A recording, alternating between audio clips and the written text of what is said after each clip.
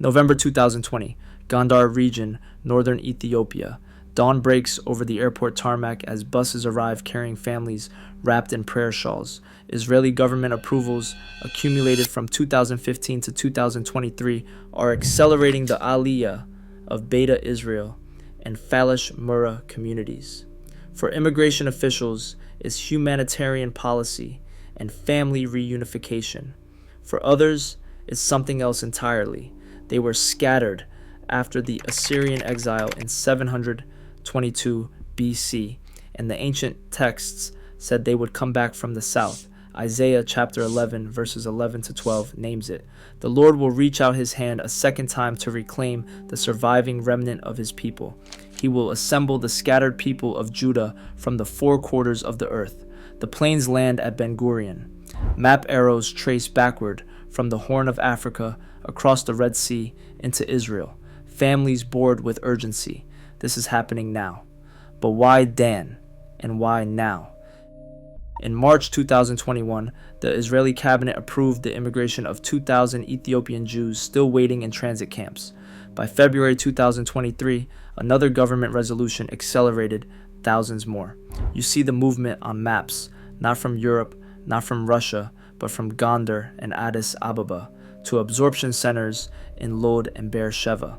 For coalition politicians, it is about humanitarian pressure and court rulings demanding family reunification. For prophetic scholars, it is Isaiah 43 verses 5 to 6 playing out in policy language. The verse reads, "Do not be afraid, for I am with you. I will bring your children from the east and gather you from the west. I will say to the north, give them up, and to the south, do not hold them back." The verse names the south specifically. Israel's immigration apparatus is pulling people not from the usual diaspora centers, but from sub-Saharan Africa. Community leaders in Gondar, men who have waited decades for clearance, pack belongings passed down through generations. But here's the question nobody asks in Knesset debates. Why were Israelites in Ethiopia at all? The identity question haunts every approval process. Chief rabbinate rulings from the 1970s through 2002 wrestled with halakhic status. DNA studies, limited and disputed, show some genetic markers consistent with Middle Eastern ancestry, and others reflecting centuries of intermarriage. For Israeli bureaucrats, it is paperwork and precedent. For the Beta Israel themselves, it has never been in question. They have observed Shabbat, kept dietary laws, circumcised their sons, and prayed facing Jerusalem for as long as anyone can remember. The ancient parallel runs deep. After exile, tribes lost formal recognition. Hosea chapter 1 verse 10 describes a people who will be called children of the living God even after being declared not my people. Identity lost, then restored. The visuals tell the story. DNA charts fade into ancient tribal maps. Bureaucratic stamps overlay centuries-old prayer books, but one tribe disappears from the record entirely.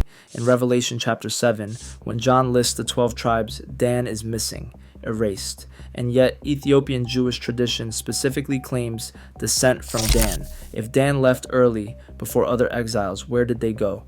Dan stands apart in the biblical record. Judges chapter 18 describes the tribe's northern migration, abandoning their coastal territory to settle near the sources of the Jordan. Early Jewish commentary notes Dan's association with idolatry and separation. Some rabbinical texts suggest Dan was excluded from the tribal listing in Revelation because of spiritual compromise.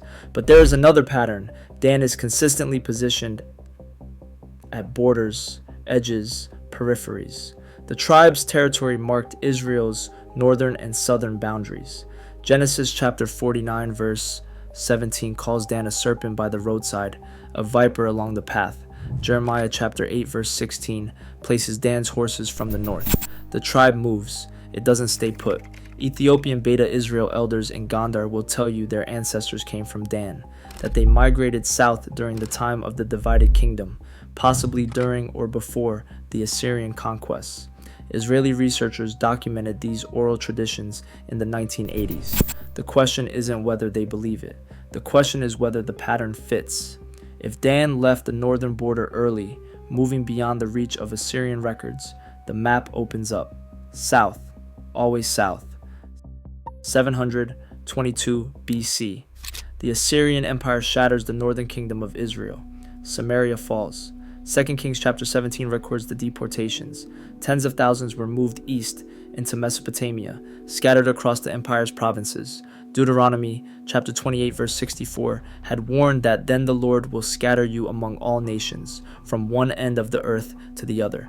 Most migration routes went east, following Assyrian policy. But empires control roads, not rivers. Some routes went south, tracing the Nile, moving beyond imperial record-keeping into the highlands of what would become Ethiopia.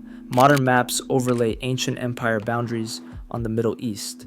You see the deportation arrows, most heading northeast into Assyria's heartland, but some, faint and undocumented, curve south through Egypt.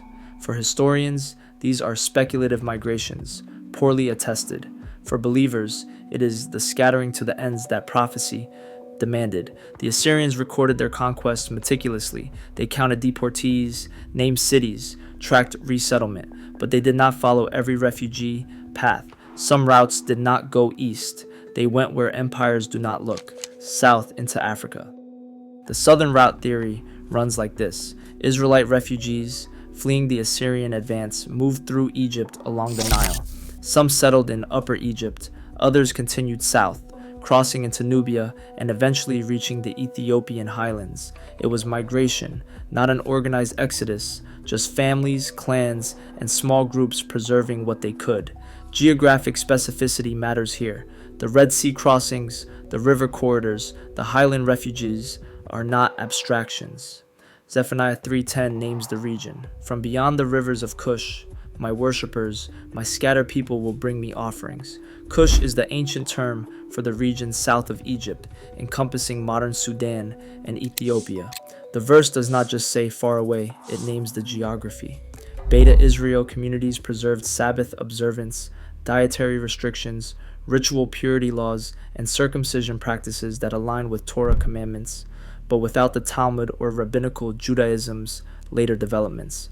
They kept the law in isolation, and they followed river paths on migration maps. They followed water south, beyond the reach of empires, into mountains where they could preserve identity without interference. For centuries, the world forgot they existed.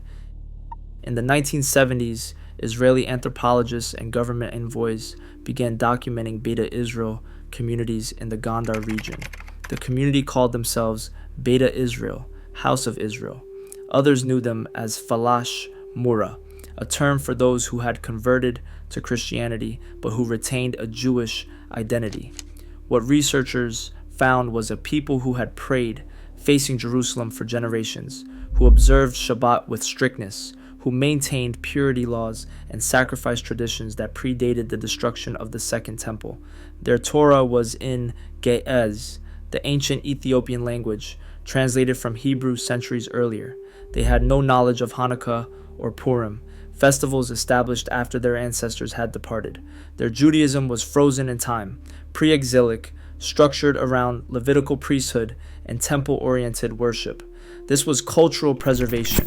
Ezekiel 37, verses 21 to 22, describes the regathering. I will take the Israelites out of the nations where they have gone. I will gather them from all around and bring them back into their own land. For anthropologists, it was a remarkable case of cultural preservation. For prophetic interpreters, it was a community that never forgot, waiting for recognition. Recognition took centuries, but it came. In one moment, policy shifted, and ancient identity became modern immigration status. Operation Moses began in November 1984. Over 7 weeks, Israel airlifted approximately 8,000 Ethiopian Jews from Sudan to Israel. Operation Solomon followed in May 1991. 35 hours, 34 aircraft, 14,325 people were evacuated as the Ethiopian government collapsed. Later flights continued through the 1990s and into the 2000s, smaller but steady. The geography reverses, ancient migration routes trace backward. Families who had lived in the Ethiopian highlands for millennia board planes in Gondar, fly over the Red Sea, the same barrier their ancestors crossed on foot, and land in Tel Aviv. The first Shabbat observance in Israeli absorption centers carries weight beyond religious practice. It is a geographic return, a pattern closing.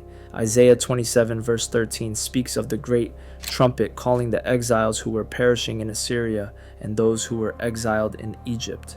The trumpet sounds in jet engines, but here is the complication. Dan in Jewish tradition carries a warning. Genesis 49 associates Dan with judgment and the serpent. Some early Christian interpretation linked Dan with deception, even with the Antichrist. The return of Dan's descendants is not just restoration, it is positioning. Border tribe, northern edge, serpent by the roadside. Return does not mean arrival, it means placement for what comes next. Genesis 49 verses 16 and 17 gives Dan's blessing. Dan will provide justice for his people as one of the tribes of Israel. Dan will be a snake by the roadside, a viper along the path that bites the horse's heels so that its rider tumbles backward. Jeremiah 8 verse 16 describes invasion from Dan, where the snorting of the enemy's horses is heard. The tribe is associated with borders, judgment, and ambiguous positioning, both defender and threat. For Jewish interpreters, Dan represents boundary tension. The tribe judges, but also endangers. It marks the edge, but also the breach. Ethiopian Beta Israel, identifying as Dan's descendants, adds prophetic complexity. It is not just return, it is the return of the border tribe to Israel's periphery. Visually, Dan's ancient territory flashes on Israel's northern edge. Modern resettlement places Ethiopian immigrants in the Negev, in Galilee, in Israel's frontier zones. For immigration officials, it is about housing availability and integration logistics. For prophetic scholars, it is Dan returning to the margins, the borders, the edges, where the tribe has always operated. Return does not mean safe arrival, it means positioning, placing pieces on the board before the next move. The pattern is forming, and the pattern carries tension. Why now and not earlier? The Middle East shifted dramatically after 2015. The Abraham Accords in 2020 normalized relations between Israel and Arab states. Ethiopian instability intensified, particularly with the Tigray conflict beginning in 2020. Israeli coalition politics fractured and reformed, with immigration policy becoming a bargaining chip. In November 2021, the government approved 3,000 more Ethiopian Jews for Aliyah. By March 2023, pressure mounted to accelerate family reunifications before regional instability worsened. Daniel 12:4 speaks to the question of timing. It says that words should be sealed until the time of the end, and that many will go here and there to increase knowledge. Knowledge increases. Information spreads. Communities once isolated are now documented, researched, politically mobilized. For secular analysts, it is converging geopolitical pressures. For believers, it is prophetic timing unsealing, events locked until the moment they could occur. The numbers tell part of the story. Approximately 155,000 Ethiopian Jews have immigrated to Israel since the 1980s, with thousands more approved but still waiting. Each arrival shifts demographics, impacts politics, and for those watching, prophetic patterns adds another piece to the map. But return triggers resistance. Always. Israeli public debates over Ethiopian immigration have been sharp. Budget concerns, social integration challenges, questions of Jewish authenticity, and protests from Ethiopian Israelis over discrimination all complicate the narrative. In January 2019, Ethiopian Israelis blocked roads in Tel Aviv, protesting police violence and systemic racism. The same month, the government debated whether to approve thousands more from the Falash Mura waiting list. Ezekiel chapter 36, verses 24 to 26, describes restoration as a process, not an instant transformation. It says, "For I will take you out of the nations. I will gather you from all the countries and bring you back into your own land. I will sprinkle clean water on you, and you will be clean.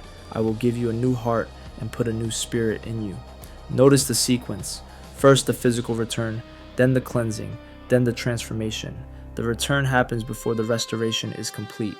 Knesset debates show coalition infighting over budgets.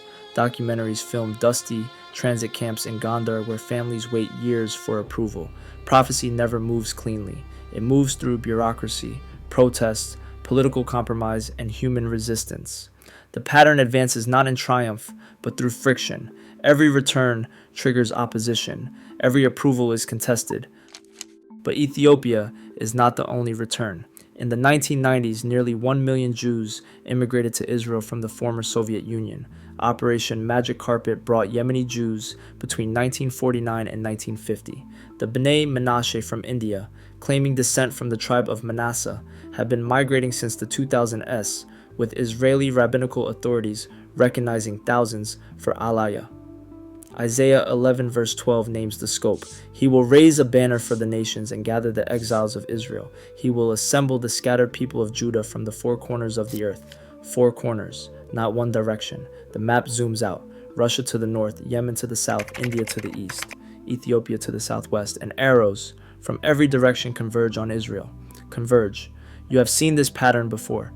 Each wave of immigration follows the same arc: isolation, preservation, documentation, recognition, and return. For Israeli policymakers, it is about maintaining Jewish demographics in a contested region. For prophetic interpreters, it is Isaiah 11 manifesting in immigration statistics.